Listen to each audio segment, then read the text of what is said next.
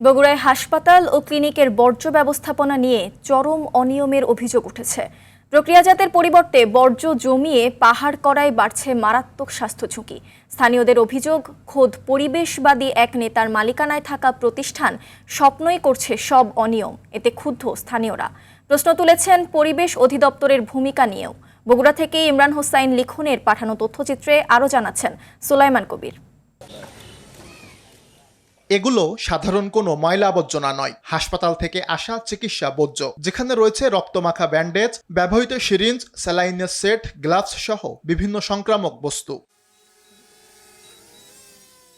বগুড়া জেলার ১১৫টি হাসপাতাল ও ক্লিনিকের বর্জ্য এভাবেই স্তূপ করে রাখা হয়েছে নগরীর জয়পুর পাড়ায়। এতে মারাত্মক সংক্রমণের ঝুঁকিতে পড়েছেন স্থানীয়রা। অথচ এসব বর্জ্য প্রক্রিয়াজাত করার দায়িত্বে রয়েছে স্বপ্ন নামের এক প্রতিষ্ঠান, যার মালিক বাংলাদেশ পরিবেশ আন্দোলনের সাধারণ সম্পাদক জিয়াউর রহমান। মুখে পরিবেশ রক্ষার গল্প শোনালেও বাস্তবে তার করা অনিয়ম নিয়ে ক্ষুব্ধ স্থানীয়রা। পরিবেশ অধিদপ্তরের ভূমিকা নিয়েও তুলেছেন প্রশ্ন।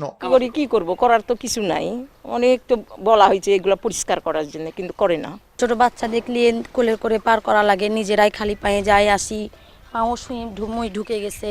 আর ময়লাগুলো যে ধুয়ে আসে, আমরা হাঁটে হাঁটে যাই, পায়ে ঘাও হয়। যখন বৃষ্টি হয়, পানি হয়, তখন সমস্যা হয়, রাস্তাতে লোকজন যেতে পারে না।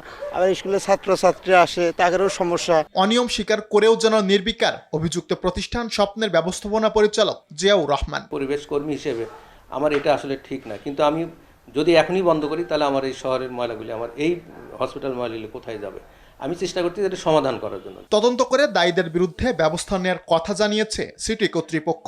এইগুলি তো আপনি এইভাবে ছড়িয়ে ছিটে থাকা যাবে না, কারণ মেডিকেল বর্জ্যগুলো অত্যন্ত ঝুঁকিপূর্ণ ব্যাপার। তো এই জিনিসগুলো যেন আর না হয় সেগুলো আমরা ব্যবস্থা গ্রহণ করতে। জেলার 2টি সরকারি হাসপাতাল থেকেই বর্জ্য ব্যবস্থাপনা বাবদ প্রতি মাসে প্রায় 1,40,000 টাকা পরিশোধ করা হয়।